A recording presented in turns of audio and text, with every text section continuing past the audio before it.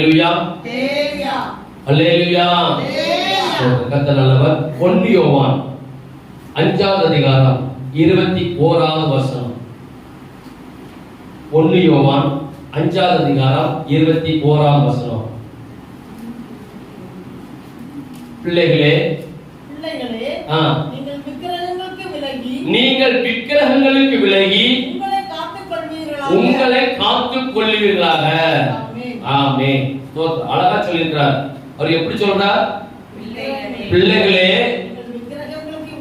நீங்கள் விக்கிரகங்களுக்கு விலகி உங்களை காத்துக் கொள்ளுங்கள். அப்போ விக்கிரகம் என்ன? எத்தனை விதமான விக்கிரகங்கள் இருக்கிறது? விக்கிரகம் என்னது சொல்லுங்க பாப்போம். மொத்தம் 4 விதமான விக்கிரகங்களை நம்ம பார்க்க போறோம். சுருக்கமா பார்ப்போம். இப்போ அவர் சொல்றார், பிள்ளைகளே நீங்கள் விக்கிரகத்துக்கு விலகி உங்களை காத்துக் கொள்ளுங்கள். இப்போ 4 விதமான விக்கிரகங்கள் இருக்கு. முதல் விக்கிரகம் என்னன்னா, சிலைகளை செய்து அதவே வழிபடுவது விக்கிரகம். சிலைகளை செய்து சிலமென நின்றுகிட்டு நீ என்னை காப்பாத்துன்னு சொல்லி அதுக்கு பூ போட்டு மாலை போட்டு பத்தி போட்டு அதுக்கு கொளுத்தி எண்ணெய் ஊத்தி மெழுகுத்தி கொளுத்தி அதுக்கு பட்டுச்சலை கொடுத்து அதுக்கு சால்வை கொடுத்து அது கேட்டதெல்லாம் கொடுத்துட்டு அது முன்ன நின்று கை கூப்பி வணங்குவது அது ஒரு முதல் விக்கிரகம். இரண்டாவது, தேவனுக்கு முதல் ஸ்தானம் கொடுக்காமல் மற்ற எல்லாத்துக்கும் முதல் ஸ்தானம் கொடுக்கிறது விக்கிரகம். தேவனை தவிர யார் யாருக்கெல்லாம் அதிக முக்கியத்துவம் கொடுக்கிறோமோ அது விக்கிரகம். இரண்டாவது, அவர் கண்ணின்னு சொல்லப்படும். மூணாவது, பொருளாசையாக விக்கிரகம். நாலாவது, நாமளே விக்கிரகமா ஆக்கிக் கொள்கிறோம். நம்மளை நாம எழுதுறோம் விக்கிரகமா ஆக்கிக் கொள்கிறோம். நம்மளே யாராயிடுறோம்? விக்கிரகமா மாறிடுறோம். இப்ப 4 விதமான விக்கிரகம். முதல்ல என்னது? சிலை வழிபாடு செய்வது விக்கிரகம். தேவனை தவிர தேவனுக்கு முதல் ஸ்தானமும் தேவனுக்கு கொடுக்க வேண்டிய கனமும் மகிமை கொடுக்காம மற்ற எல்லாத்துக்கும் நம்ம கொடுக்கும் போது அது ஒரு 2வது விக்கிரகம். மூணாவது, பொருளாசையாக விக்கிரகம். நாலாவது, நம்மளே விக்கிரகமா மாத்திடுறோம். நம்மளே யாரா மாறிடுறோம்? விக்கிரகம் மாறி. இதை கொஞ்சம் வேகமா வாசிக்கலாம். அப்போ விக்கிரகம் என்றால் என்ன? ரோமர் 1வது அதிகாரம் 25வது வசனம். ரோமர் 1:25. தேவனுடைய சத்தியத்தை அவர்கள் பொய்யாக மாற்றி சிருஷ்டிகளை தொழுது சேவியாமல் சிருஷ்டியை தொழுது சேவித்தார்கள். இதுதான் என்னது? விக்கிரகம். நல்ல காது கொடுத்து கேட்கணும். இது கடைசி காலத்துல நம்ம நெருங்கி கொண்டிருக்கிறோம். இன்னைக்கு விக்கிரகத்தை குறித்து யாருக்கு ஒரு தெளிவு இல்ல. நம்ம எல்லாரும் எப்படின்னா நம்ம ஜெபம் பண்றோம், நம்ம வேதாகமம் வாசிக்கிறோம், வாரம் தவறாம ஆராதனைக்கு போகிறோம்னு சொல்லி நினைக்கிறோம். இல்ல, நமக்கு நிறைய விக்கிரக கட்டுகள் இருக்குது. அந்த கட்டுகளெல்லாம் அறுத்து தூர போடணும். அப்படிதான் எங்க போக முடியும்? பரலோகராஜ்யத்துக்குள்ள போக முடியும். இந்த பூமியில ஒரு சில ஆசீர்வாதங்களோட வாழ முடியும். அப்போ அழகா சொல்ற ரோமர் நிருபத்துல தேவனுடைய சத்தியத்தை அவர்கள் பொய்யாக மாற்றி. சத்தியம் என்னது? உண்மை. தேவன் தந்த உண்மையை யாரா இப்பிரபஞ்சத்தில் இருக்கிற பிள்ளைகள் பொய்யாக மாற்றி சிருஷ்டிகளை தொழுது சேவியாமல் சிருஷ்டியை தொழுது சேவித்தார். இதான் விக்கிரகம். தேவன் என்ன செஞ்சார்? எல்லா வானங்களையும் பூமியும் எல்லாவற்றையும் சூரியனும் சந்திரனும் நட்சத்திரங்கள் கிரகங்களையும் ராசிகளையும் கோள்களையும் மனுஷனையும் மிருகங்களையும் மாடுகளையும் ஆடுகளையும் ஊர் பிராணிகளையும் காற்றையும் கடலையும் சமுத்திரத்தையும் எல்லாவற்றையும் கத்தறிஞ்சிட்டாரு. தெளிவா சங்கீத பின்பகுதியில் எழுதி வச்சிருக்கிறார். ஆமா, அப்படிதானே? கர்த்தரை துதியுங்கள், அவர் நல்லவர் சொல்லப்பட்ட அந்த அடுத்தது இருந்த வானாதி வானங்களை கர்த்தரை துதியுங்கள் எல்லாமே சங்கீதக்காரனாகிய தாவீது தெளிவா எழுதி கொடுத்திருக்கிறார். ஆனா மனுஷனால் தேவ சாயல் உண்டாக்கப்பட்ட மனுஷன் என்னைக்கு ஏதேன் தொழுது வெளியில போய் பிசாசுக்கு கீழ்ப்படிந்து செயல்பட்டானோ அன்னிலிருந்து ஒரு விக்கிரக ஆராதனை ஆரம்பமானது. சிருஷ்டிகளை தொழுது கொள்ளாமல் யாரை தொழுகிறாங்க? சிருஷ்டினா உண்டாக்கப்பட்டது. இப்ப நிறைய பேர் யார் வணங்குறாங்க? சூரிய சந்திரன். அது என்னது? தேவனால் உண்டாக்கப்பட்ட சிருஷ்டி. அதே போல கடல்ல நமக்கு ஒரு வசனம் எடுத்து வாசிக்கலாம். சரி, அது அப்படி இருக்கட்டும். நம்ம வளர்ப்பத்தில வாசிக்கலாம். 1 கொரிந்தியர் 10வது அதிகாரம் 14வது வசனம். 1 கொரிந்தியர் 10:14. எனக்கு பிரியமானவர்களே விக்கிரக ஆராதனைக்கு விலகி ஓடுங்கள். முதல்ல என்ன சொல்லப்பட்டிருக்கு? விக்கிரகத்துக்கு விலகி என்ன செய்? காத்துக்கொள். இப்ப சொல்றார், நீ ஓடு. ஜீவன் தப்ப எப்படி ஓடணும்? அழகா சொல்லப்பட்டிருக்கு. நீ என்ன செய்? விக்கிரக ஆராதனைக்கு விலகி ஓடுங்கள். ஓடிடணும். எப்படி ஓடணும்? நான் ஒரு எடுத்துக்காட்டு எக்ஸாம்பிள் சொல்றேன். ஒரு சின்ன பிள்ளை ஒரு வெடி வைக்கணும்னு வச்சுக்கோங்க. ஒரு வெடி, அது திரியில தீ பிடிக்குதா இல்லையா? அது விஷயம் எப்படி ஓடும் சொல்லுங்களேன். அது எப்படி ஓடும்? அங்க தீ வச்சு நெருப்பு பத்த வச்சுக்கிறதுல வச்ச உடனே ஓட்டம் பாருங்க. அதே மாதிரி கருத்து சொல்றாரு. ஒரு சிறு பிள்ளை அந்த வெடியில வெடிக்கிற சத்தத்துக்கு பயந்து ஓடுகிறது போல நீ ஜீவன் தப்ப விக்கிரகத்தை விட்டு செய், விலைக்கு ஓடிரு. நிக்காத, பின்னிட்டு பார்க்க கூடாது. கடைசி காலம் வந்து கொண்டிருக்கிறோம். விக்கிரகங்கள் நிறைந்து கொண்டிருக்கிறது. விக்கிரக ஆராதனை பெருகி கொண்டிருக்கிறது. சபைக்குள்ளே விக்கிரக ஆராதனை வந்தாச்சு, சரீரத்துல விக்கிரகம் வந்தாச்சு. ஆனா கர்த்தர் சொல்றார், நீ விலகி ஓடு. ஹல்லேலூயா. ஒரு சிறு பிள்ளை எப்படி ஓடுது பார்க்கணும். அதே போல அத சொல்றார், ஒருவன் சிறு பிள்ளை போல் ஆகாவிட்டால் அவ சிறு பிள்ளை அந்த நெருப்புக்கு பயந்து என்ன செய்யுது? ஓடுது. கர்த்தர் சொல்றார், நீ ஓடிடு விக்கிரகம். அப்போ இந்த இன்னொரு வசனத்தை வாசிங்க. 1 கொரிந்தியர் 6வது அதிகாரம் 9வது வசனம் 10வது வசனம். அநியாயக்காரர் தேவனுடைய ராஜ்யத்தை சுதந்தரிப்பதில்லை அறியீர்களா? நீங்க ஏமாற்றப்பட்டு போகாதீர்கள். வேசி மார்க்கத்தாரும் விக்கிரக ஆராதனைக்காரரும் விபச்சாரக்காரரும். சரி, அது நிறைய லிஸ்ட் இருக்க வேண்டாம். இப்போ இதுல ஒரு காரியம் சொல்லப்பட்டிருக்கு. விக்கிரக ஆராதனைக்காரர் எங்க போக முடியாது? தேவ ராஜ்யத்தை சுதந்தரிக்க முடியாது. அல்லேலூயா. கர்த்தர் பொய் சொல்ல மாட்டார். அவர் சொன்னா அதன்படிதான் நமக்கு சட்ட புஸ்தகம். இது நீதி புஸ்தகம். இதுல என்ன எழுதிருக்கோ அதன்படிதான் கடைசியில் ஜட்ஜ்மென்ட் நடக்கும். அப்ப அவர் என்ன சொல்றாருன்னா, அநியாயக்காரர் தேவ ராஜ்யத்தை சுதந்தரிக்க போவது உங்களுக்கு தெரியும். ஆனா விக்கிரக ஆராதனைக்காரர் எங்க போக முடியாது? பரலோக ராஜ்யத்துக்கு போக முடியாது. அதே வசனம் எபேசியர் 5:5 வாசிங்க. எபேசியர் 5:5. விபச்சாரக்காரனாவது அசுத்தனாவது விக்கிரக ஆராதனைக்காரனாகிய பொருளாசைக்காரனாவது தேவ ராஜ்யமாகிய அந்த பரலோக ராஜ்யத்துக்குள்ளே சுதந்திரம் அடைவதில்லை. அங்க நமக்கு இல்ல சுதந்திரம் இல்லை, அங்க உரிமை இல்லை. இன்னைக்கு விக்கிரகம் நிறைய இருக்கிறது. அது பிரத்யேகமா யாருக்கு சொல்றேன்னா, தேவனை அறியாத புறஜாதி மக்களுக்கு சொல்றதை காட்டிலும் தேவனை அறிந்து கொண்டு சத்தியத்தை தெரிந்து கொண்டும் தெரிந்தும் தெரியாதவர்கள் போல இருக்கிற நம்ம பிள்ளைகளுக்கு சொல்றார், நீ விலகி ஓடு, விக்கிரகத்தை விலகி ஓடு. சரி, இப்போ நம்ம 4 விதமான விக்கிரகம். முதல் விக்கிரகத்தை பார்க்கலாம், சிலை வணக்கம். அது ஒரு விக்கிரக ஆராதனை. யாத்ரா புஸ்தகம் 20வது அதிகாரம் 3-5 வரை. யாத்ரா புஸ்தகம் 20வது அதிகாரம் 3-5 வரைக்கும். என்னை அன்றி உனக்கு வேறே தேவர்கள் உண்டாயிருக்க வேண்டாம்.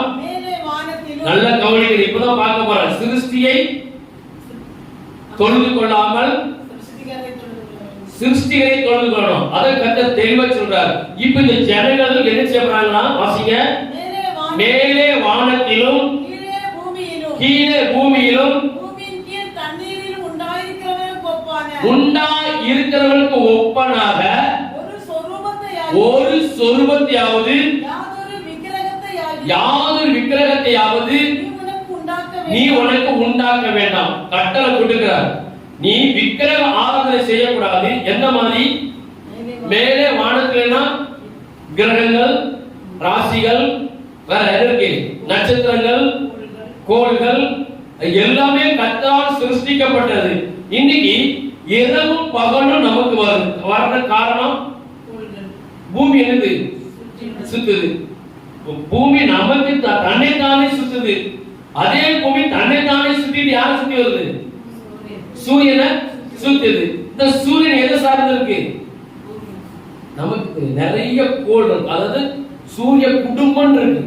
ஒவ்வொரு குடும்பம், ஒவ்வொரு கோள்களும் ஒவ்வொரு பிடிதரத்தால ஒவ்வொரு சார்ந்து கரெக்டா சுரண்டு கொண்டே வந்து கொண்டிருக்கு.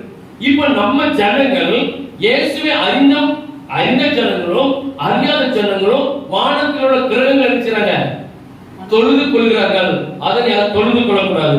இரண்டாவது, பூமியில மிருகங்களை போல பறவைகளை போல இந்த மாதிரி வச்சு சில வணக்கம் பண்ணக்கூடாது.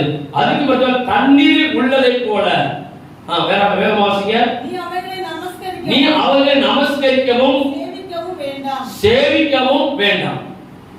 சத்தியம் நமக்கு தெரியும், வேதத்தில் சொல்லப்பட்டு தெரியும். நம்ம ஏதோ கொஞ்ச நாள் வாழ்ந்துட்டு சாக போறோம். அதுக்கு பிறகு நமக்கு பூமியில் ஒண்ணுமே இல்லாம நினைக்கிறோம்.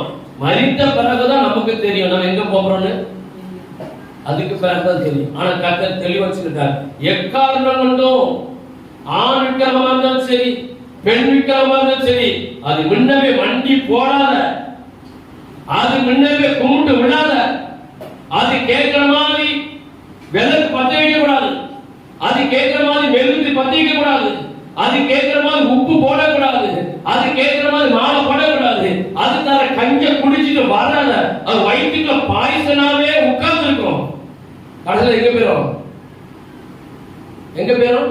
நம்ம ஆத்மா நரகத்துக்கு. சரி, யாத்திராகமம்.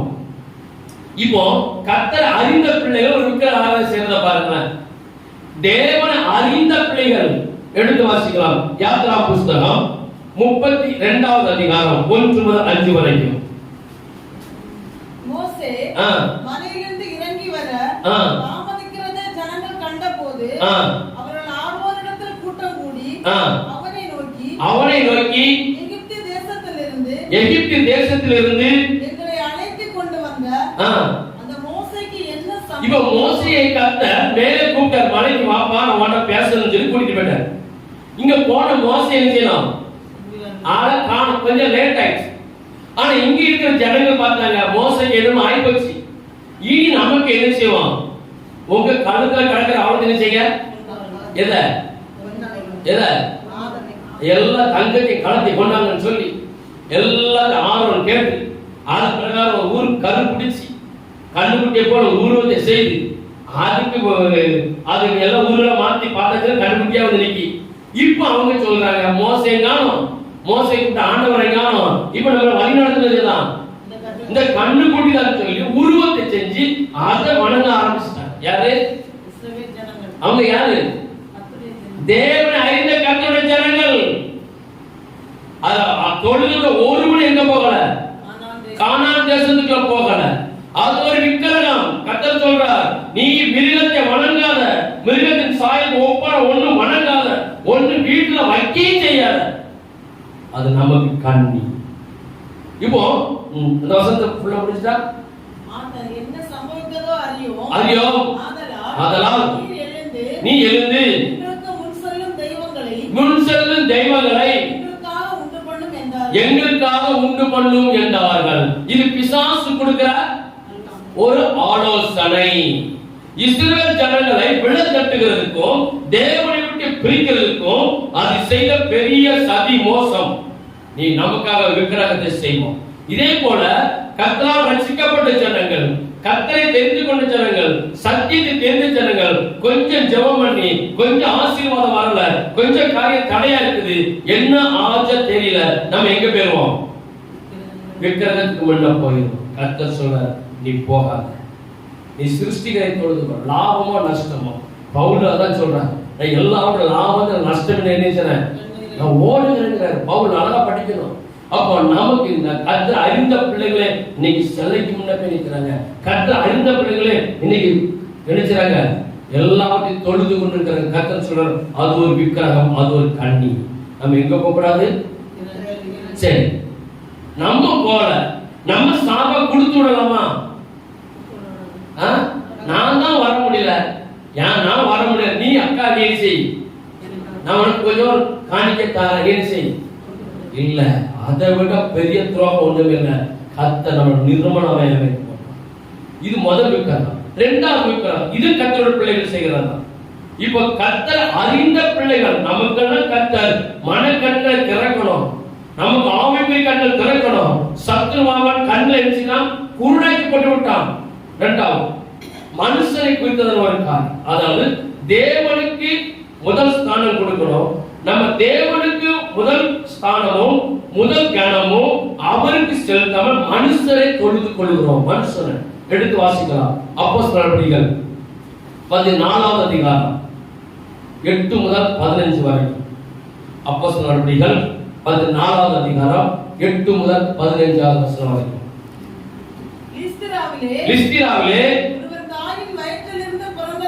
ஒருவன் தாயின் வயிற்றிலிருந்து பிறந்தது முதல் சப்பானியா இருந்து ஒருபோது நடவாமல் பவுல் பேசுகிறதை கேட்டுக்கொண்டே இருந்தான். அவனை பவுல் உற்று பார்த்து ரட்சிப்புக்கேற்ற விசுவாசம் பவுல் செய்து கொடுத்து கொண்டிருக்கிறார்.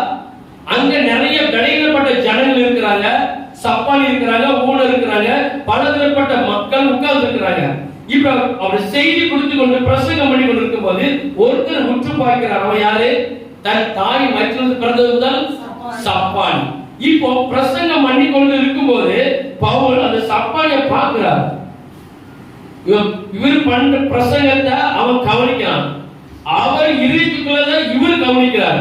அப்போ இவர்கிட்ட விடுதலை ஆகக்கூடிய ஒரு விசுவாசம் நினைச்சது இது உண்டு. இதை ஞான திருஷ்டி. ஆவிக்குரியவன் எல்லாவற்றையும் அறிவுகள் கர்த்தருடைய கிருபையும் வரமும் நம்ம சரியா இருக்குமானால் கரெக்டா நமக்கு காட்டி கொடுப்பார். ஒரு ஞான திருஷ்டியில பார்க்கிறார், இவன் ஒரு விசுவாசம் இருக்கு. இந்த விசுவாசத்தை பார்த்தா இவன் சுகம் ஆகிறதுக்கு இவன் யாரு? ரசிப்பு கேட்ட விசுவாசம் தகுதி உள்ளவன் சொல்லப்பட்டது. வேகமா நீ எழுந்து காலூன்றி நிமிர்ந்து நில். உரத்த சத்தத்தோட சொன்னான். உடனே அவன் குதித்து எழுந்து நடந்தான். அப்ப பவுல் கண்டுபிடிச்சு சரிதான் தப்பா? ஆவியானவர் இருந்துச்சார் அவனுக்கு. எத்தனையோ ஜனங்கள் இருக்கிறாங்க, எத்தனையோ நோய்வாய்ப்பட்டவங்க. ஒரு ஆள் மட்டும் பார்த்தா இவனுக்கு விடுதலை ஆகிறதுக்கு, இவனுக்கு ரட்சிப்புக்கேற்ற ஒரு விசுவாசம் அது எலும்பு நடந்தாச்சு. இப்ப நடந்தவர் என்ன சம்பவம் நடக்க வாசிங்க. பவுல் செய்த ஜனங்கள் கண்டு தேவர்கள் மனுஷ ரூபம் எடுத்து தம்மிடத்தில் இறங்கி வந்திருக்கிறார்கள் என்று லிக்கதோனியா பாஷையிலே சத்தமிட்டு சொல்லி பர்னபாவை யூபித்தர் என்றும் நடத்தினானபடியால் அவனை மெர்க்குரி என்றும் சொன்னார்கள். அல்லாமலும் பட்டணத்துக்கு முன்னே இருந்த யூபித்தருடைய கோயில் பூஜாரி எருதுகளையும் பூமாலைகளையும் எவ்வளவு அற்புதம் பாருங்க. யார் வந்திருக்கிறா? பவுல் பண்ண பிரசங்கத்தை சப்பானி எழுப்பி நடந்துட்டான். இப்ப அங்க ஜனங்கள்லாம் இருக்கிறாங்க. அங்க யாரு எந்த விக்கிரகத்தை வணங்குறாங்க? அதுக்கு முன்னாடி வசனம் போட்டிருக்க ஒரு வார்த்தை. என்ன பூஜாரி? யூபித்தருடைய கோயில் பூஜாரிகள் எருதுகளுக்கு இவங்க முன்ன பலி செலுத்துகிறதுக்கு வந்துட்டு பூமாலைகளை கொண்டு வந்து யாருக்கு போட வந்தாங்க? பவுலுக்கும் பர்னபாவுக்கும் பூமாலைகளை கொண்டு ஒரு சந்தோஷத்துல ஒரு மரியாதைனால அவங்களுக்கு மாலை போட வராங்க. பர்னபாவும் அதை கேட்ட பொழுது வஸ்திரங்களை கிழித்துக் கொண்டு கூட்டத்துக்குள்ள ஓடிட்டாங்க. அபிஷேகம் எங்க இருக்குது? இவங்க யாரை வணங்க வந்தாங்க? பவுலையும் பர்னபாவையும். இவங்க செய்த அற்புதத்தை வச்சு இவங்க செய்த சூப்பரான ஒரு காரியம் சப்பான் எழுப்பி நடக்க ஆரம்பிச்சுட்டான். உடனே பார்த்து இவங்க தான் நமக்கு யாரு? பரலோகத்துக்கு இறங்குற தேவர்கள் என்று சொல்லி அவங்களுக்கு மாலை போட்டாச்சு. இவங்க எனக்கு மாலை போடக்கூடாது, நான் யாரு? நான் ஒரு மனுஷன். ஆனா கிருபை எனக்கு. ஆனா மனுஷனுக்கு நம்ம கணம் பண்ணக்கூடாது, கணம் பண்ணணும். இப்படி மாலை போட்டு பூ மாலை போட்டு அவனுக்கு பேண்ட் வாத்திய ஊதி அவனுக்கு குதிரை வண்டியில ஏற்றி சரக்கு வண்டியில ஏற்றி அவனுக்கு முன்ன பெண் பிள்ளைகளை விட்டு டான்ஸ் ஆடி இன்னைக்கு என்ன நடக்குது? ஊர்வலம் நடக்குது. இது என்னது? விக்கிரகம். அவங்க செய்த அற்புதம் கர்த்தர் அவங்க வழி நடத்துறார். ஆனா எல்லாரும் அவங்க சொல்றாங்க நாங்க மனுஷன், எங்களை வணங்கக்கூடாது, எங்களை விக்கிரகம் ஆக்கிறாதுன்னு சொல்லி அவங்க ட்ரெஸ் என்னங்களா அப்ப என்ன நடந்திருக்கு? ட்ரெஸ்ஸை கிழித்து கொண்டு ஓடினாங்கன்னா இவங்க பூ போல நவுண்டு இருப்பாங்க, ட்ரெஸ் எப்படி எடுத்துருப்பாங்க. ஐயா கொஞ்சம் நீங்க எங்க வாங்கன்னு வந்து தப்பி ஓடுறாங்க யோசிப்பு. அந்த அம்மா பார்த்துச்சு இவனை பிடிக்கணும்னு சட்டை பிடிச்சது, சட்டை பிடிச்ச அம்மா தான் சட்டையை கலப்பி விட்டு ஓடிட்டாங்க. யாருக்கையும் சட்டை இருக்கு அதான் மாட்டி. அது பொய்யான சாட்சிக்கு அது ஆரம்பம் போச்சு. அந்த கர்த்தர் கூட இருந்தாச்சு. இப்போ பாருங்க அந்த கூட்டத்தை வந்து மாலையை கொண்டு வந்தவுடனே இவங்க எல்லாம் கிளம்பியாச்சு. ட்ரெஸ் பிடிச்சிருச்சாச்சு, பிடிச்சி இழுத்துதான் கிழிஞ்சு போச்சு. அப்பமா அவங்க நினைச்சாங்க சட்ட பெருசுல அங்கி பெருசுல எனக்கு என்னைய விக்கிரமா ஆக்கிறாதீங்க, நான் கர்த்தர் அபிஷேகம் பண்ணப்பட்ட ஊழியக்காரன். மனுஷன் நினைச்ச கூடாது, வணங்க கூடாது. சத்தியம் சத்தியம் தான். இன்னைக்கு பாருங்க, நீங்க யூடியூப்ல பாருங்க, ஒவ்வொரு நாட்டுல ஊழியக்காரன் பண்ற அட்டகாசத்தை பாருங்க. இன்னைக்கு அதெல்லாம் யாருக்கு இடறல்? நமக்கு இடறல். சார்கோண்டில போறதும் அன்னைக்கு நீங்க பார்த்துப்பீங்களா, மாலை அடிச்சு இம்மனால கிறிஸ்தவ பிள்ளைக்குன்னு ஒரு மேலே இருந்துச்சு. அப்படிதானே? கல்யாணம் வீட்டுக்கு இந்த ரவுண்டா பேண்ட் ஷர்ட் வச்சுப்பாங்க, அது அவங்க அழகா சூப்பரா கேட்க இருக்கும், அழகா இருக்கும். இப்போ அதெல்லாம் ஓரண்டி என்ன விளந்துச்சு? செண்டா மேல. யாருக்கலாம்? செத்தவனுக்காக தான், உயிரோட இருக்கிறவனுக்காக தான், விக்கிரகத்துக்காக தான். அதே விக்கிரகத்துக்கு அடிக்காம உன்னையும் மாலை போட்டு ஊர்வலமா கூட்டிட்டு அதே பிரம்சல் அடிக்காம அப்படி யாரு? விக்கிரகம்.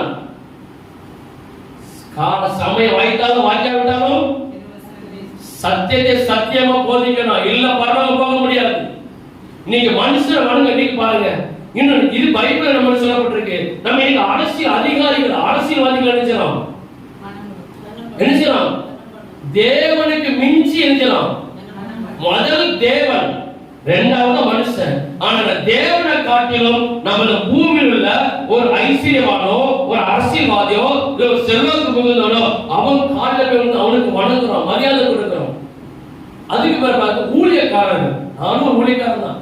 ஊழியக்காரர்களை நம்ம கனம் பண்ணணும், மதிக்கணும், மரியாதை கொடுக்கணும். அவங்க தேவ தூதர்கள் சொல்லப்பட்டிருக்கு, தேவனுடைய அனுப்பப்பட்ட தேவ ஊழியக்காரர்கள் நிறைய காரியங்கள் சொல்லப்பட்டிருக்கு. ஆனா ஊழியக்காரர்களை மதிக்கணும், அவங்க கனம் பண்ணணும், கொடுக்க வேண்டியது எல்லாம் கனம் மகிமை எல்லாம் அவங்களுக்கு கொடுக்கணும். ஆனா முதல் ஸ்தானம் யாரு கொடுக்கணும்? தேவனுக்கு முதல் ஸ்தானம். இரண்டாவது யாரு? ஊழியக்காரர். அன்னைக்கு நிறைய திருச்சபைகள் என்ன நடக்கு? தேவனை கூட கூறப்பட்ட நாங்க யாரை செய்யறோம்? நாங்க ஊழியக்காரரை குறை சொல்லல, ஊழியக்காரருக்கு எல்லாத்தையும் கொடுக்கணும், எல்லாம் மரியாதை கொடுக்கணும், எல்லாமே கணவன் நல்ல போஸ்டிகள் கொடுக்கணும். ஆனாலும் தேவனுக்கு முதல் ஸ்தானம், இரண்டாவது ஸ்தானம் ஊழியக்காரனுக்கு. இன்னைக்கு நிறைய இடங்கள்ல தேவனுக்கு முதல் ஸ்தானம் இல்ல, ஊழியக்காரனுக்கு தான் கணக்கு பண்ணாங்க. அதே போல தேவனுக்கு அதிகமான கணக்கு கொடுக்க மாட்டாங்க. ஆனா பெத்த பிள்ளைக்கு என்ன கொடுப்பாங்க? முக்கியத்துவம் முக்கியத்துவம். என் பிள்ளை என் பிள்ளை என் பிள்ளை என் பிள்ளை என்ன சொன்னாலும் சரி என் பிள்ளைன்னு சொல்லி அதுக்கு ஒரு கடவுளா வணங்குவாங்க. பாருங்க, அது ஆண் பிள்ளையா இருந்தாலும் சரி பெண் பிள்ளையா சரி, அது தேவனை காட்டிலும் அந்த பிள்ளைக்கு முக்கியத்துவம் கொடுப்பதால் அது என்னது? என்னது? அது விக்கிரகம். தேவ வார்த்தை சொல்லுது. அது விக்கிரகம். தேவனுக்கு முதல் ஸ்தானம். நம்ம அதிகம் மஞ்சு பிள்ளைகள். அதே போல கணவனாக இருந்தா மனைவிக்கு முக்கியத்துவம் கொடுக்கணும், மரியாதை கொடுக்கணும், எல்லாம் கொடுக்கணும். ஆனா என்ன தேவனை மறந்துட்டு எதுக்கெல்லாம் நம்ம முக்கியஸ்தானம் முதல் கொடுக்கமோ அதெல்லாம் கதறிச்சார் விக்கிரகம். இப்ப கார் வாங்கியிருக்கிறோம், நம்ம காருக்கு ஒரு பிள்ளை மாதிரி வச்சுவாங்க பாப்பாங்க அப்படிதானே. ஒரு கார் போதும், 4 கார் வாங்கினது இருந்து சொல்லுங்க. ஒரு கார் போதும், 4 கார் அது விக்கிரகம். நீ அதுக்கு முக்கியத்துவம் கொடுப்ப, நீ அதுக்கு மெயின்டைன் பண்ணுவ, அதுலயே மூழ்கி போயிருவ. கர்த்தர் சொல்ற அது விக்கிரகம். அப்படி சொல்ல கர்த்தர் சொல்ற நம்ம லேண்ட், நிறைய லேண்ட் வாங்குறது. எனக்கு கையில காசு இருக்கு, அடுத்தவனுக்கு ஒரு குடிசை கட்ட வீடு கட்ட இடம் இருக்காது, அவன் போய் அந்த லேண்ட வாங்க போவான். ராத்திரி அதை அவனுக்கு கொடுக்காதுன்னு சொல்லி அதை தடுத்து வாங்கின பணம் இருக்குன்னு சொல்லி அந்த ஏழை எளிய ஜனங்களை வாங்க விடாம நீ வாங்கி சும்மா போட்டுருக்க விக்கிரகம். அந்த விக்கிரகம் கடைசி நாள் அப்படியே நரகத்துக்கு கொண்டு போயிடும். அல்லேலூயா. இந்த விக்கிரகத்தை யார் வணங்குறாங்க? இந்த விக்கிரகத்தை யார் வணங்குறாங்க? மனுஷன் அல்ல, தேவனை அறிந்து சத்தியத்தை தெரிஞ்சிருக்கிற பிள்ளைகள். அந்த விக்கிரகத்தை விலகி நினைச்சோம், நீ நினைச்சை ஓடு. இரண்டாவது தேவ தூதர்கள் நினைச்சு கூடாது. கொலோசியர் 2:19 வேகமா டைம் சுருக்கமா இருக்கு. கொலோசியர் 2:19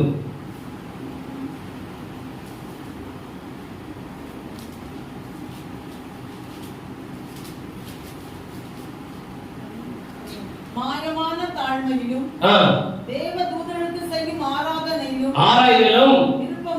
விருப்பமுற்று மானாதவைகளிலே துணிவாய் நுழைந்து தன் மாம்ச சிந்தையிலே வீணாய் இருமாப்பு கொண்டிருக்கிற எவனும் போதும்.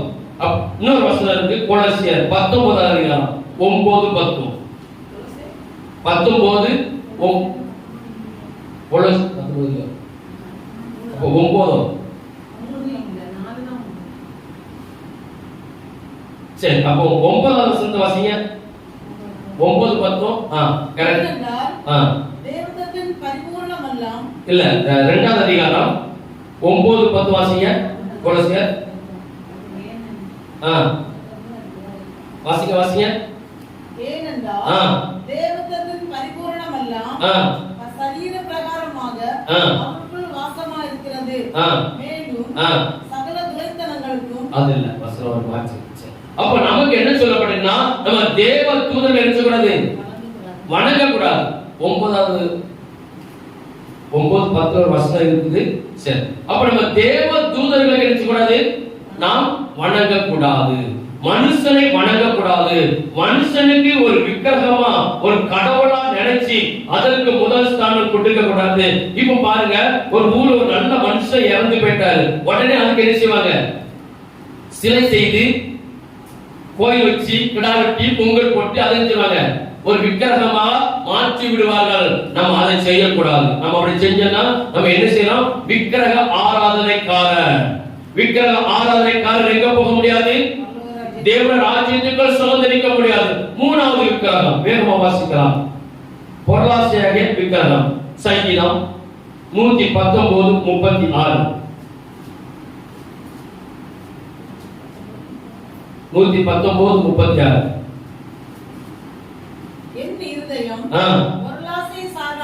என் இருதயம் பொருளாசையை சாராமல் சாட்சிகளை சாறுபடி செய்யும். எப்படி ஜெபிக்கிறார்? என் இருதயம் பொருளாசை இருக்கக்கூடாது, சார்ந்து போக கூடாது. பொருளாசை மேல கண்ணு போயிடக்கூடாது. அதாவது பணம் வேணும், பண ஆசை இருக்கக்கூடாது. யாரை போல? யூதாசை போல. பெண் வேணும், ஆனா பெண்ணாசை இருக்கக்கூடாது. அப்படின்னு அர்த்தம். நமக்கு வாழ்க்கையில துணைக்கு ஒரு பெண் வேணும். அது கர்த்தர் தெரிவிக்க பார்த்ததெல்லாம் எனக்கு வேணும். யார் போல? சாலமோனை போல. பெண் வேணும், ஆண் இருக்கக்கூடாது. பெண்ணாசை இருக்கக்கூடாது. ஆசை இருக்கணும், ஆண் இருக்கக்கூடாது. பேராசை இருக்கக்கூடாது. யாரை போல? ஆகானை போல. அப்போ கர்த்தர் நமக்கு என்ன சொல்றாருன்னா, நமக்கு எல்லா ஆசையும் வேணும், ஆனா நிதானம். பொருள் ஆசைங்கிறது நமக்கு பயங்கர ஒரு விக்கிரகம். 1 கொரிந்தியர் 5வது அதிகாரம் முதல்ல 11வது வசனம், அதுக்கு 10வது வசனம். 1 கொரிந்தியர் 5வது அதிகாரம் 10 அதுக்கு ஒரு 11, 11 அதுக்கு ஒரு 10. நான் உங்களுக்கு எழுதினது என்னவென்றால் விபச்சாரக்காரனையாவது பொருளாசைக்காரனையாவது விக்கிரகாராதனைக்காரனையாவது உதாசீனையாவது வெறியனாவது கொள்ளைக்காரன் இருந்தால் அவன் வீட்டுக்கு நீ போகாதே. அப்படிப்பட்ட வீட்டுல நீ நினைச்சத புசிக்காத. விக்கிரக ஆராதனை பொருளாசைக்கார வீட்டுக்கு நீ போகாத. அதுல ஒரு முதல் வசனத்துல முதல் சொல்லப்பட்டிருக்கு சகோதரன். சகோதரன் யாரு? நம்ம கூட பிறந்தது. அது 2வது சகோதரன். ஆண்டவரை எவன் அறிந்திருக்கிறான் அவன் யாரு? சகோதரன். ஆண்டவரை குறித்து அறிந்தவன் இதுல சொல்லப்பட்ட காரியத்துல அவன் மும்முரமாய் இடம் கொடுத்து பொருளாசை, பணாசை, பெண்ணாசை, பேராசை சொல்லி எல்லா ஆசை இருந்தா அவன் வீட்டுக்கு நினைச்சத போகாத. 2வது அவன் வீட்டுல போய் நினைச்சத புசிக்காதுன்னு சொல்றாரு. நம்ம வாயை கட்ட முடியுமா? கூப்பிட்டாச்சு போகலன்னா என்ன செய்வாங்க? கோபப்பட்டுருவாங்க. நம்ம என்ன செய்யறது? போய் தான் அவன் கத்த சொல்லி போகாத. அவன் யாரு? அவன் விக்கிரகாராதனைக்காரன். இயேசுவை அறிந்த பிள்ளைகளுக்கு உபதேசம் நடக்குது. புறஜாதி மக்களுக்கு அது வேற. கர்த்தர் யார தெரிஞ்சிருக்கிறா அவங்க கர்த்தர் தூக்கி அவர் சபையை சேர்த்துவார். இதெல்லாம் நம்ம செய்ய வேண்டிய சத்தியத்தை அறிந்திருக்கிற பிள்ளைகள் செய்யறது விக்கிரக ஆராதனைக்காரன். பொருளாசை குறித்து ஒரு வசனம் தெளிவா சொல்லப்பட்டிருக்கிறது. வாசிங்க.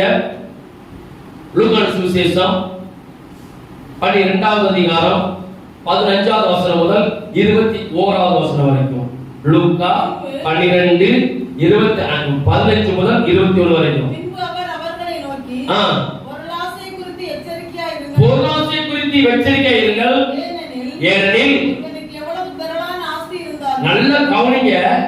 ஒருவனுக்கு எவ்வளவு திரளாய் ஆஸ்தி இருந்தாலும் அது அவனுக்கு ஜீவன் அல்ல. அல்லாமலும் ஒரு உவமையாய், ஒரு எடுத்துக்காட்டாய் மக்களுக்கு புரியும்படியாய் கர்த்தர் சொல்லுகிறார். ஐஸ்வர்யவானுடைய ஒருவனுடைய நிலம் நல்லாய் விளைந்தது. அப்பொழுது அவன் நான் என்ன செய்வேன்? என் தானியங்களை சேர்த்து வைக்கிறதுக்கு இடமில்லையே. நான் ஒன்று செய்வேன். களஞ்சியங்களை இடித்து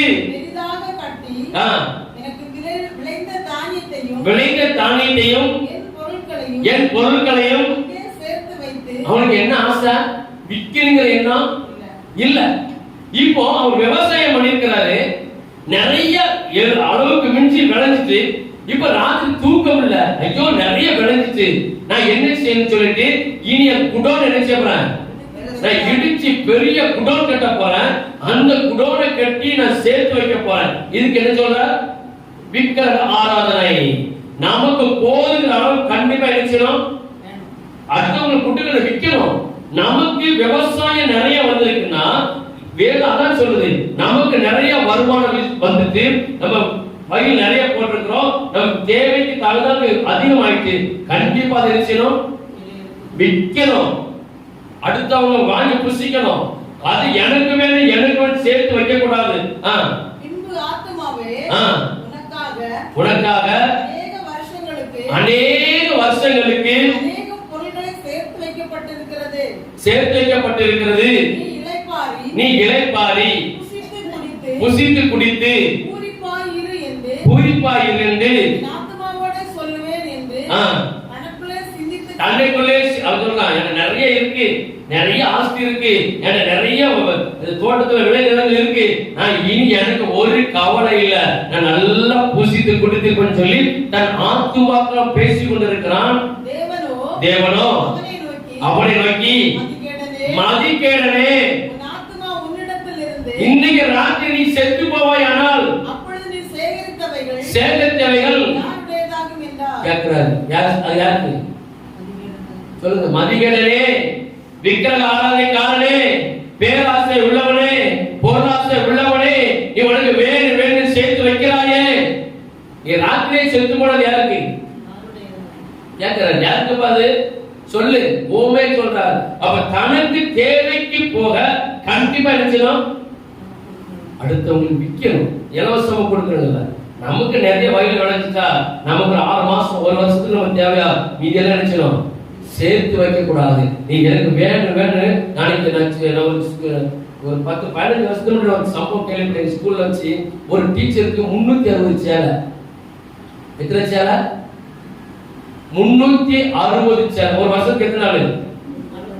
365. அது 65 தானே? 365 நாள். இந்த அம்மாவுக்கு 365 சேலை இருந்தான். ஒரு நாளைக்கு ஒரு சேலை கட்டினாங்கன்னா இனி அடுத்த வருஷத்துல 365 நாள் வரும்போது நினைச்சுவாங்க அடுத்த சேலை கட்டுவாங்க. கேள்விப்பட்டிருக்கிறேன். இது என்னது? என்னது? தேவை இல்லாமல் உடுக்க உண்ண உணவும் உடுக்க உடையும் போதும். அளவுக்கு மிஞ்சி பீரல வாங்கி சேர்த்து வச்சாயன்னா உன் வீட்டுக்கு விக்கலம் இருக்கு, நீ நரகம் கழிக்க. ட்ரெஸ் வேணும், அளவுக்கு மீறி வரக்கூடாது. பொருள் சேர்க்கணும், அளவுக்கு மீறி சேர்க்க கூடாது. நமக்கு தேவை. இதே மாதிரி ட்ரெஸ் எடுக்க முடியாது எத்தனை பேர் இருப்பாங்க. அவங்களுக்கு 2 ட்ரெஸ் நமக்கு கொடுக்க செய்யாது. இப்ப பாருங்க, வீட்டு பீரோல திறந்து பாருங்க. பெண்களுக்கு வீடு திறந்த உடனே நினைச்சிடும் பீரோல இருந்து சாரி நினைச்சோம் கீழே பொத்து பொத்து போந்துடும். அதுல ஒரு முக்கியமானதுன்னா ஆண்களுக்கு ட்ரெஸ் கீழே கப்போர்ட்ல இருக்கும். ஆண்களுக்கு வைக்கிற ட்ரெஸ் எங்க இருக்கும்? எங்க இருக்கும்? கொஞ்சமா. மீதெல்லாம் யாருக்கு? உள்ளது இருக்கும். நான் குறை சொல்ல எல்லா வீட்லயும் இருக்கு. ஆனா அளவுக்கு மீறி நினைச்ச கூடாது. வாங்கி உடுத்தாம ஸ்டாக் வைக்க கூடாது. வாங்கி உள்ள இருந்து பழசாக்க விடக்கூடாது. நீங்க வாங்குனீங்களா திருப்தியை விடுங்க, 10 திருப்பி உடுத்துட்டு பழசாக்குங்க. அதுக்கு பிறகு அட்டி போட்டு வைங்க. எனக்கு முடியல, எனக்கு 2 ட்ரெஸ் தாங்க கேட்டா கொண்டு கொடுங்க. ஆனா நம்ம உள்ள சேர்த்து புதுசாவே இருந்து பழசாக்க கூடாது. ஆமாவா இல்லையா?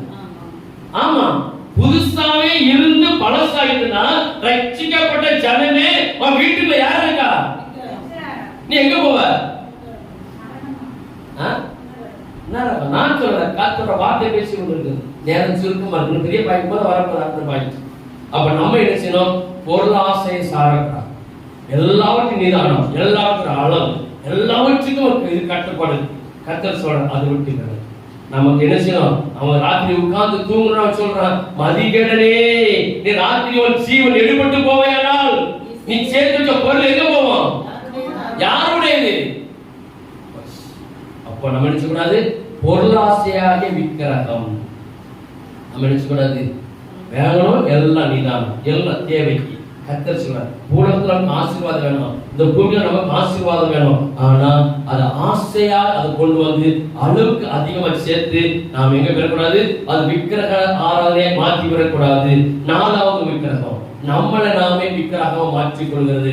இது கொஞ்சம் உங்களுக்கு கஷ்டமா இருக்கும், கொஞ்சம் சொன்ன கசப்பா இருக்கும், கொஞ்சம் புளிப்பா இருக்கும். நீ கசப்பா இருந்தாலும் சரி, புளிப்பா இருந்தாலும் சரி, சத்தியம் வரணும். அல்லேலூயா. பாப்போமா? 1 கொரிந்தியர் 10வது அதிகாரம் 23வது வசனம். 1 கொரிந்தியர் 10:23. எல்லாவற்றையும் அனுபவிக்க எனக்கு அதிகாரம் உண்டு, ஆகிலும் எல்லாமே எனக்கு இல்ல. யார் சொல்றாரு?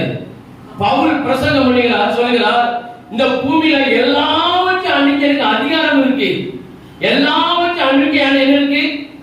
அதுக்குரிய அதிகாரம் இருக்கு, அதுக்குரிய தகுதி இருக்கு. அப்படின்னு அர்த்தம். பணம் பரஸ்பரத்தில் அவர்கள் குறித்து சொல்லப்பட்டிருக்கு. 2000 வருஷத்துக்கு முன்பு பவுல் வாழ்ந்த நாட்டில பவுல் 8 கோடிக்கு அதிபதி. எத்தனை கோடிக்கு? 8 கோடிக்கு. அதே 8 கோடிய இன்னைக்கு இந்த 2024 பிறகு வச்சு பாருங்க, எத்தனை கோடி ஆயிரும்? சொல்லுங்க. தமிழ்நாடு ஃபுல்லா இருந்துமா வாங்கினா மிச்சம் இருக்கும் போல இருக்கு. அவ்வளவு பெரிய ஒரு வசதி உள்ளவர் சொல்லப்பட்டது.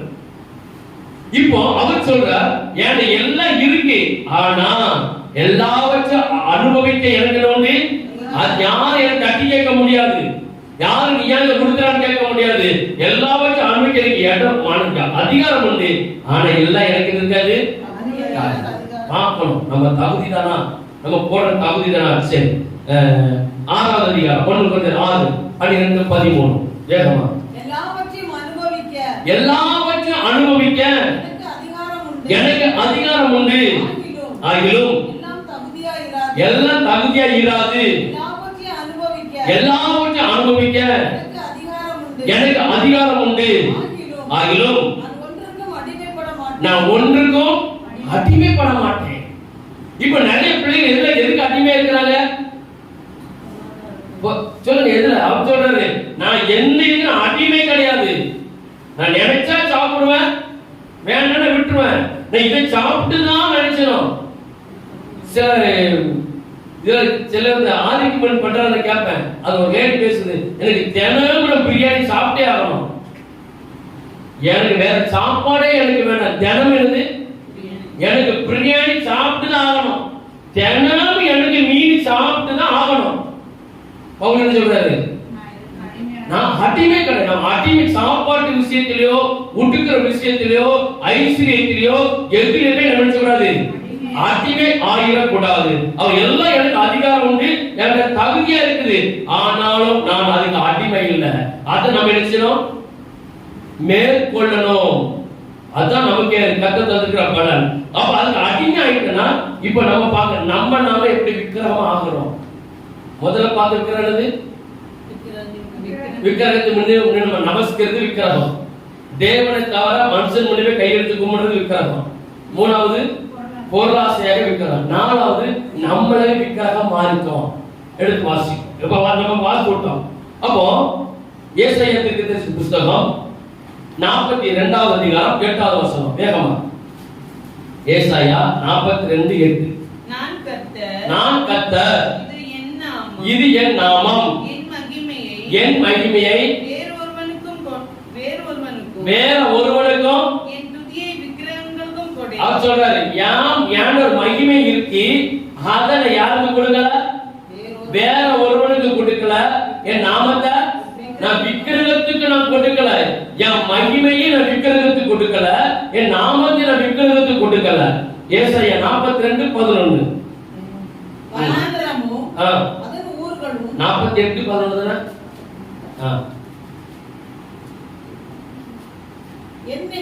என் நிமித்தம் அப்படி செய்வேன்.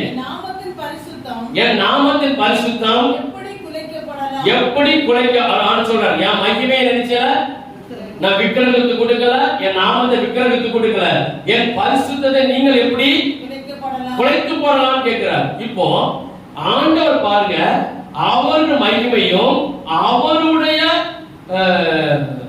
நாமத்தையும் நான் நினைச்சல விக்கிரகத்துக்கு நான் கொடுக்கல. இன்னைக்கு விக்கிரகத்தின் மகிமையை யார் அனுபவித்துக் கொண்டிருக்கிறாங்க? மனிதர்கள். எப்படி அனுபவிக்கிறாங்க? இப்பதான் முக்கியமான நேரம். கர்த்தர் சொல்ற என் மகிமையும் என்னோட நாமத்தை நான் விக்கிரகத்துக்கு கொடுக்கல, ஆனா என்னை அறிந்து கொண்ட ஜனமே, நான் யாருன்னு தெரிந்து கொண்ட ஜனமே, நீ ரட்சிக்கப்பட்ட ஜனமே, நீ என்ன செய்யறனா விக்கிரகத்தின் மகிமையை நீ அணிந்து கொண்டிருக்கிறாய். நீ அதை வாங்கிட்டா எப்படி? இப்போ ஒரு விக்கிரகம் இருக்கு, விக்கிரகத்துக்கு கழுத்துல என்ன நடக்கு? முக்கியமான நேரம் எத்தனை மாலை இருக்கு? இதே பக்கத்துல இயேசு அறிந்த பிள்ளைங்க பக்கத்துல விட்டுருக்காங்க. இப்ப இந்த விக்கிரகத்துக்குள்ள மாலை கிடக்கு, 7 அடுக்கு மாலை கிடக்கு, இங்க இருந்து இங்க வரைக்கும். இதே பக்கத்துல நம்மள நிக்க விட்டு நம்ம பக்கத்துல என்ன இருக்கு? சொல்லுங்க, மாலை கிடக்கு. இப்ப அந்த விக்கிரகத்துக்கு காதுல என்ன கிடக்கு? இப்ப பக்கத்துல விக்கிரகத்துல என்ன கிடக்கு?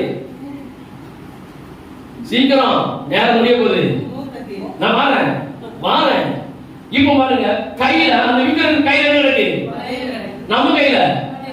சரி, அது மூக்குல இருக்கு, நம்ம இதுல. சரி, அது இடுப்புல, பக்கத்துல நிக்கிற உங்க இடுப்புல ஃபங்க்ஷன் அன்னைக்கு ஃபங்க்ஷன் அன்னைக்கு ஃபங்க்ஷன் அன்னைக்கு சரி இருக்கட்டும். கால்ல கொலுசு எதுல? ஒவ்வொரு கழுத்துல போடுறதுக்கு வலியில மாலையோட கால்ல சரி இருக்கட்டும். கால் 10 விரல் என்ன கிடக்கு? உன் பக்கத்துல இருக்கிறது என்ன கிடக்கு? சரி இருக்கட்டும், இன்னும் இருக்கட்டும். இப்ப ஆண் விக்கிறவன் கையில என்ன கிடக்கு? நம்ம கையில பிரேஸ்லெட் என்ன செய்யுது? சரி அவன் கையில 10 விரல்ல என்ன கிடக்கு? நம்ம கையில என்ன கிடக்கு? சரி இப்ப ரெண்டு பக்கத்துல விட்டாச்சு. இப்போ நான் பழைய வயசுல எனக்கு சின்ன வயசுல பார்த்துட்டேன். குங்குமம் புஸ்தகத்துல 2 படத்துல வரைஞ்சிட்டு 6 வித்தியாசம் கண்டுபிடிக்க சொல்லுவாங்க. ஞாபகம்? ஒரே சாயில படத்தை வரைஞ்சி 6 கண்டுபிடிக்கணும். இப்ப நான் சொல்றேன் இந்த 2 பக்கத்துலயும் வித்தியாசம் கண்டுபிடி. அப்ப நம்ம யாராயிட்டோம்? நீ நீ தங்கத்துல போட்டாலும் சரி, வெளியில போட்டாலும் சரி, நீ மரத்துல போட்டாலும் சரி, நீ பிளாஸ்டிக்ல வாங்கி போட்டாலும் சரி, நீ ஐஸ்கிரீம்ல மூடினாலும் சரி, நீ விக்கிரகம். எங்க போக முடியாது? எப்படி இருக்கு? இப்ப நம்ம யார மாறிட்டோம்? செஞ்சு கொடுத்த ஆசாரி எங்க போயிருவான்? வாங்கி கொடுத்த ஐடியா கொடுத்தது எங்க போயிருவான்? சரி இப்படி போட்டுட்டு நாம அல்லேலியா தோத்திரம் அல்லேலியா தோத்திரத்துல அந்நிய பாஷை பேசுறவங்க அந்த விக்கிரகம் என்ன செய்யுது? ஓ எப்படி நம்ம அடிமை இல்ல, அடிமை ஆனப்பட்ட நான் வித்தியாசம் சொல்லிட்டேன். ஒரு கல்யாண வீட்டுக்கு ரட்சிக்கப்படாத பிள்ளைகளும் போது ரட்சிக்கப்பட்ட பிள்ளை இதே ஆபத்து சொல்லி கண்டுபிடிச்சிருந்தா பார்ப்போம். கர்த்தர் என்ன சொல்ற? வணக்கம் விக்கிரகத்துக்கு எனக்கும் நம்ம இன்னைக்கு விக்கிரகம் ஆயிட்டோங்கிற. சரி இன்னைக்கு போறோம், தலை நிறைய இருக்கு. மோகினி பேய் வர மாதிரி பிச்சிப்பூ, மோகினி பேய் வர மாதிரி மல்லிகைப்பூ. இப்ப நம்ம தலை என்ன இருக்கு? அப்ப பின்னாடி யார் வரா? அப்ப 2க்கு வித்தியாசம் இருக்கு சொல்லுங்க பாப்போம். கொஞ்சம் கஷ்டமா இருக்கும், கசப்பா தான் இருக்கும். ஒரு நிமிடம் தப்ப முடியாது. யாரா இருக்கட்டும், எதிர்காலத்துல என் வீட்டு சூழ்நிலை வந்தா நான் தப்ப முடியாது. நான் சொல்ல வேண்டிய சத்தியம் சொல்லிதான் ஆகணும். கேட்கறது கேட்காததும் என்ன செய்யணும்? தெளிவு வர வரைக்கும் நான் உபதேசம் கொடுப்பேன். அதுக்கு மிஞ்சி போல கப்பல் போயிடும். அந்த சத்தியம் ஒரு நாள் செய்யாது. இப்ப நாம என்ன செய்யணும்? விக்கிரகம் ஆகிவிட்டோம். ஐயோ ஊர் நம்மள அதுக்குதான் கத்த சொல்றாரு. இப்ப பாருங்க நம்ம அதை விட்டு கொஞ்சம் பிரிஞ்சு வர்றதுக்கு சில நமக்கு ஐயோ ஊர் ஒத்துக்கிடாத, கோத்திரம் ஒத்துக்கிடாத, நம்ம ஒண்ணு ஒத்துக்கிடாத, நம்ம பேங்க்ல இருக்கிறதாட்டும் எப்படியாவது மீட்டாவது கல்யாணம் நினைச்சோம். இல்ல நம்ம என்ன செய்ய வேண்டாம்? சோறு தருவான தர வேண்டாம், பேசாம சாப்பிடாத கோத்திரம் போதும். உங்களால என்ன கொடுக்க முடியுமோ கொடுக்க போதும். அதுக்கு ஈக்குவல் படி பார்க்க வேண்டாம். நம்மளே நாமே விக்கிரகமா கடந்து ஊர்ல சுத்துனா ஒரு பிரயோஜனம் இல்லை. இங்க கஷ்டமா இருக்கும். அப்ப போட்டு அவ்வளவு என்ன செய்யலாம்? ஒரு மாலையை கட்டாவதை காஞ்சி பதச்சாங்கல. கர்த்தர் எச்சரிக்கிறார். நம்ம சிரிக்கிறதுக்கு சில சிந்திக்கணும். பரலோகங்கிறது சாதாரணம் அல்ல. பரலோகங்கிறது கடைசியில போய் நின்னுட்டு வாசல் தான் தப்பித்தோம் பிழைத்தோம் சொல்லி இங்க அனைவரும் சொல்றாரு. நான் எழுச்சுவேன், நான் ஆண்டவர் வருகை எழுந்திருவேன். அந்த பரலோக வாசல்ல போய் நின்று ஆண்டவரே ஒரு என்னை மன்னிச்சுட்டு எப்படியாவது உங்களை ஏற்றுடுங்கப்பான்னு சொல்லி கேட்பேன். முதல்ல எழும்பவே மாட்டேன். அது தெரியுமா? கர்த்தர் வருகை எழும்பவே மாட்டேன். அது தெரியுமா? ஆனா நம்ம நினைச்சிடும் பரலோகத்து வரைக்கும் போயிடுவாங்களா, அங்கவே கெஞ்சி குத்தாடி உள்ள கர்த்தர் சொல்லுவாரு, மதிகடனே உனக்கு என்ன இல்ல பெருசா இடம் வச்சிருக்கேன். அவன் படுக்கையே புழு, நீ வச்சுக்க போற புழு, நீ வச்சுக்க தலைமாடி புழு, உனக்கு மூடி படுக்க புழு அனுப்பியிருக்க. நல்ல ஆரோக்கியமா அங்க ஓடும்பாரு. சரி ஃபைனல் கடைசி. இப்போ நம்ம என்ன செய்யணும்? இப்படி இருக்கும்போது நம்ம எதுக்காக கர்த்தர் இந்த வசனத்தை பேசுகிறாருன்னா 1 கொரிந்தியர் 1ஆம் அதிகாரம் 7ஆம் வசனம். 1 கொரிந்தியர் 1:7. அப்படியே நீங்கள்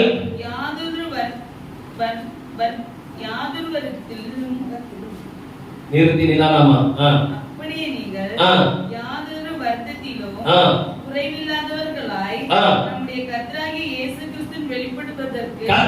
இயேசு கிறிஸ்து வெளிப்படுவதற்கு காத்திருக்கிறீர்கள். நீங்க நமக்கு எங்க காத்திருக்கிறோம்? இயேசுவோட வருகைக்கு காத்திருக்கிறோம். காத்திருக்கிற நீங்கள் இப்படிப்பட்ட விக்கிரகத்தை நீங்க அணிந்து கொண்டு நம்மை நாமே விக்கிரகமாக்கி கொண்டு பொருளாசையாக விக்கிரகத்தை வைத்துக் கொண்டு தேவனுக்கு முதல் ஸ்தானம் கொடுக்காம நம்ம மனுஷனை வணங்குகிறதும் விக்கிரகத்துக்கு முன்பாக இருக்கிற நீ எப்படி இந்த வருகைக்கு நீ ஆயத்தமாக முடியும்? சரி, 1 கொரிந்தியர் 3:17 இதோட முடிஞ்சு. 1 கொரிந்தியர் 3:17 ஒருவன் தேவனுடைய ஆலயத்தை கெடுத்தால் அவனை தேவன் கெடுப்பார். தேவனுடைய ஆலயம் பரிசுத்தமாய் இருக்கிறது, நீங்களே அந்த ஆலயம். இப்ப ஆலயமா இருக்க விக்கிரகமா இருக்கா? நீங்களே அந்த ஆலயம் சொல்லிட்டாரு. இப்ப நீங்க ஆலயமா இருக்கீங்களா? உங்களை நீங்களே விக்கிரகம் ஆக்கிக் கொண்டிருக்கிறீர்களா? சீக்கிரம் பாருங்க.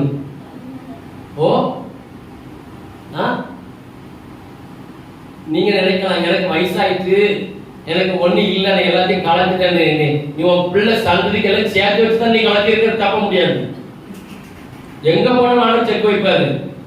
நான் எனக்கு வயசாயிட்டு நான் எல்லாத்தையும் கரெக்ட், நீ எல்லாத்தையும் ஒழுங்கு பண்ணி வச்சுதான் நீ கலந்துருப்ப. உன் பிள்ளை சந்ததி என்ன இருக்கு அப்படி அதுக்கு இருக்க மாதிரி. அதான் ஆண்டவர் சொல்றாரு, நாய் கக்குனதா திருநம்.